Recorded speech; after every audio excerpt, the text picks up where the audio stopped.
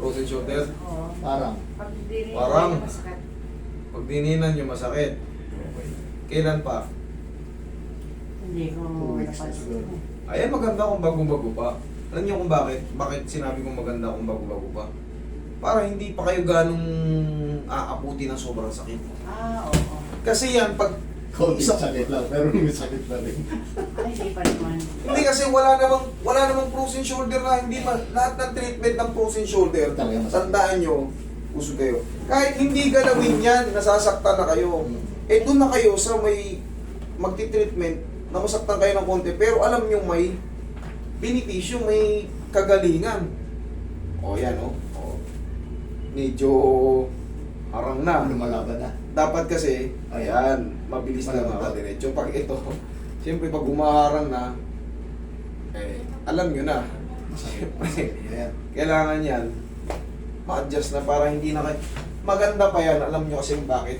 Positive pa eh. Meron pa. Meron pa konti yan. mga, Ako po, Hindi ko nga alam. pagbaon kayo ng 10 kilo na kasaloob. Hindi ko nga alam yung person. Sinabi na sa akin ng therapist. Mayroon na Yes po. ako. Ganun po talaga. Kasi na-stroke ako eh. Anong tinamaan? Kanan, kaliwa? Kanan. Eh, part pa pala yan. epekto rin. Epekto po.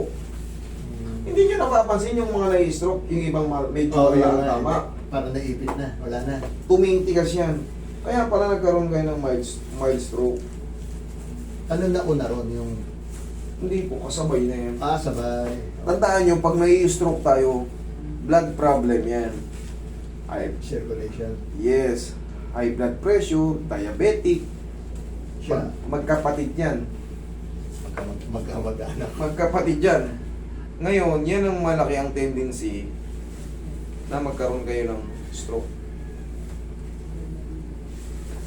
Mami, eto, kung may tandaan nyo, mayroong nai-stroke ulit ha. Hanggang, yung iba, pumunta rito, 7 stroke na. Pero still alive. Pero para hindi kayo, kasi pahihirapan kayo ng mundo pag padalas kayo nai-stroke. Para hindi kayo ma-stroke ulit. Ano siya, na confine siya ng 1 week. Kaya nga, kasi ganun talaga. Para hindi kayo ma-stroke ulit. Huwag nyo nang balikan yung mga dati nyo kinakain. Oo. Tama. Kung malakas kayo sa kanin, malakas kayo sa mga ado-adobo, malakas kayo sa mga prito-prito, eh, huwag na kayong umasa na gagaling kayo. Crispy pata na lang. Ayan, no? Malakas kayo sa crispy pata, Hindi. malakas kayo sa mga... Mga mamantika. Eh, Saka mga... masakit yung singit ko dito. Mami, isang po ganun yan. Ganun. Ang stroke, saan pa ganun? Nung unang pumunta kami dito, sa Yagi kasi. Hmm. Dito sa Galing kabila. galing Pero na sa rito. nakuha mo ng Pero, isang... Sa sciatica. Oo. Oo. Eh, iba yun eh, hindi part ng stroke yun. Oo. Hindi. Lower wala back pa yun. Dito yun, pag ganun. Yung nerve. Yan, dyan yun. Pero yung sa mga katulad o balag, isa pag ganun sa kabila rin. Part po ng stroke yun kasi meron na pong problem yung brain nerves natin, hindi na sila masupply ng maayos. Okay? Kaya ito, pati doon.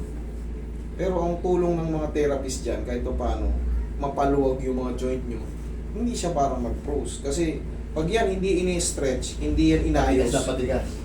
Yes! Ganun talaga. Magiging froze na talaga. At pasakit na pasakit. Yun, ang pasarap ng pasarap. Pero para hindi kayo ma-stroke ulit na ha, tandaan nyo, bawasan nyo yung kanin nyo, matuto tayong mag-walking, hindi magtatakbo ha. Sa tapat na ng bahay sa umaga, magbilad-bilad tayo, tapos marunong kayong kumakain ba kayo ng pipino? Oo. Yan ang papakin nyo pag na-stroke na kayo. Ay, Para lang kayong napakinig kumakain ng tubig. Water therapy na nabubusog kayo kasi meron niyang ano. Siyempre, parang ano yun eh. Putas eh. Putas na gulay. Yan ang ano, papakin nyo. Sausaw nyo sa suka or bumili kayo ng honey. I-dip nyo sa honey. Siya suka yan. Suka yun. Wala. Ano ba yan? Water lang. Eh, nagpipino lang, wala. Parang may Okay, kaya kung nagsasawa naman kayo, kasi plain na plain yung lasa nun, okay, sausaw nyo sa honey. Ilagay ng Lagyan ng honey. konti flavor. Yes. Ang honey naman kasi, basta ang bibiliin yung honey, yung... Pure. Oo, huwag kayong bibili nung sabi, galing bundok, binibenta ng mga naglalakad. Eh, maniniwala dyan, mga kamote yan, tapa. Ang gagawin sa inyo yan, yun yung hinahaluan na nila ng tubig, may asukal. Lalo kay mga blood. Pero kung yung organic talaga na ano, Talagang pure. pure. Sige, danda lang. Yan. Basta malalaman nyo, mamahalin yung honey. Yan. Sigurado yan.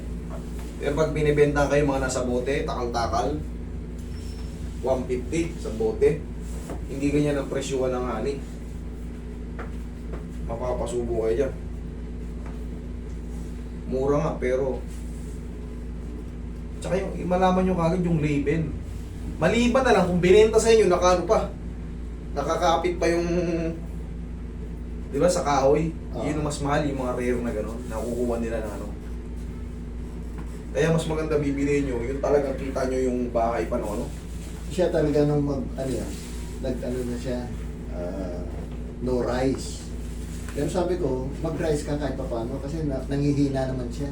2 kutsara, pero Oo, yun na. Tama. ulam, alam nyo masarap na ulam, yung mga bulang lang, mga vegetable soup, lalagay nyo ng mga tinambog lang na isda.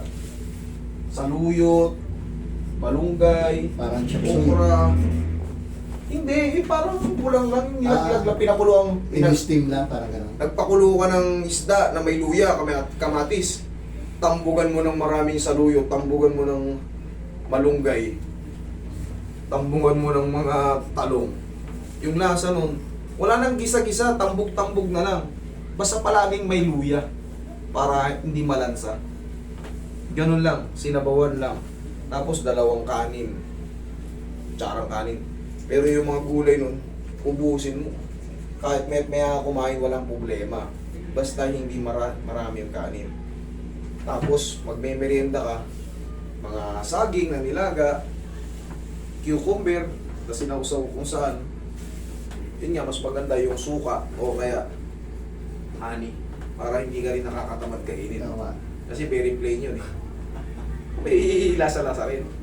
Pero, Tapos- natitherapy rin yun eh. Ginagano-gano lang yun. Ano rin ba? Kaya, tandaan nyo, hanggang 6 months ang recovery ng tao ng na-stroke. Kaya, Higa. Opo. habang wala pang 6 months yung mga nai-stroke. Teka, masakit. Sige lang po. Kaya sabi ng doktor, dahan-dahan yan, hindi pwedeng biglain. Yes. Yung Hanggang 6 months yan. treatment, Basta pag lumampas na ng 6 months, Taas na temperature. oh, dapat may magandang development. Okay na po. kung ano po yung naiwan, yun na yun. Kaya nga yung mga bagong stroke, kung gagastos lang din kayo, gumastos na kayo habang wala pa kayong 6 months. Magpa-therapy na kayo day by day or every other day. Okay, kasi maagapan pa. Kung ano yung kung naka-recover man 90%, correct. okay na yun. Kasi mayroon talagang consequences yan. May mga pagkakataon yun nga, sabi mo parang nadidipor ng konti, nabubulol, yung kamay parang nakatiklop, parang frozen shoulder, At saka siya parang yung paa kuminsan- gumaganon. At saka siya kuminsan, yung parang na-off balance siya. Yes po, kasi nga yung paa gumaganon. No? Mm. Di ba nakaganyan yung paa? Mm. Kusang gumaganon, pag tinaas niya, kaya na-out balance, yun po yun. Okay, relax. Inhale. Exhale. Diyan lang muna. Ito naman kasi, tandaan nyo, ang definition ng massage is blood circulation. Yung mga alignment, mas matindi yun kasi Buto mga na. joint-joint mo, talagang walang Buto na maipit. yun. Basta tama yung nag-a-adjust ha. Sa totoo lang, ayaw niya magpamasahe. Yung mga gano'n, kasi ang takot niya, yung mga, alam mo naman, yung iba, sinasabi marunong sila magbasahe, eh baka mapisil yung mga ugat na, Yes, kailangan talaga marunong. Hindi mo Oo. pwede basta pisil na ng pisil. Kaya- Kayo galing na kayo dito, alam nyo na yung ano ko alam nyo na yung style ko, alam nyo na yung... kaya yan, kakayanan hindi yan ko. ipapamasahe sa labas basta-basta. Totoo. May mga... Takot siya sa gano'n. Kita nyo yun. Yung sa'yo, kaya lang siya tiwala, dahil ang dami na namin napanood sa YouTube. Siyempre, ano tayo eh, hindi tayo, sa totoo lang, hindi naman sa inaangat ko yun. Mas advanced tayo sa ibang mga ilot. Yun ang masasabi ko lang. Hindi ko inaangat yun. O, mas, para sa akin, opinion ko to, mas angat tayo. Mas angat ako sa ibang ano, ko ito yung power. Yung knowledge kasi about sa mga, yan, mako-compensate. Malaking bagay kasi yan sa mga joint. Kung ano yung mga anatomy niyan, kailangan talaga alam mo yan. Bago mo i-adjust yan, yung mga magiging Tsaka sa, consequences niyan. sa experience mo lang. Yung Lahat experience pinagdaanan natin eh. Siyempre. Kita nyo naman, hindi porkit pumunta kayo, hindi ko itatanggihan. Tatanggihan ko pag hindi na para sa Hindi akin. kaya. Pag hindi para sa akin, bakit ko pipilitin? Oo nga, may napapanood na ako Ililipat ko dyan. kayo na para dun kayo. Kasi dito, hindi na kaya ng method eh. Meron limitation. May limitation tayo. Pero pag kaya ko, kahit pa yan eh, 8-8 ka dyan, eh, pwede sa method ko, yan, i-apply natin. Tapos explain ko lang sa inyo kung ano yung kalalabasan, tapos ilang yung duration ng healing process. Yan lang. Nakita nyo naman. Kayo, na-experience nyo na yung kamay ko eh. Alam nyo na yan. Yung ganyan kaya sa condition niya, mga ilang session. Actually, Maganda. hindi naman kailangan ng session to eh. Pagka maganda yung paramdam niya, enjoy okay. life. Okay. Pero kung may pain pa, tsaka lang. Ganun lang yun. Hindi ko ibibigyan ng para interval na. Kailangan eh. Oo, Dahil hindi. walang Kung wala naman, Okay. eh, good. Okay lang kaya, mami? Okay. Sige, upo. Pag upo, tagilid mo na, tukod siko. Tagilid mo na. Yan, tukod siko. Parang di mahirapan. Okay, wait lang ha. Kaya natin yung... Ito na ata yung frozen shoulder niya, tinutukod nyo ha. Dali ha. Oo, ito na nga. Hindi ko nga tukod dyan eh. Oh, nakatukod ah. Oo nga. Pag bumabangon siya sa kabila eh. Ay, kita nyo, sabi ko, tinukod niya na. Hinabol ko lang ng konti, pero natukod niya na. Nang walang sigaw. Kailangan ba yung siguro? Aray. Kaya aray ka eh. Hindi ko nga may tukod dyan eh. Hindi ba nahirapan ako bumangon?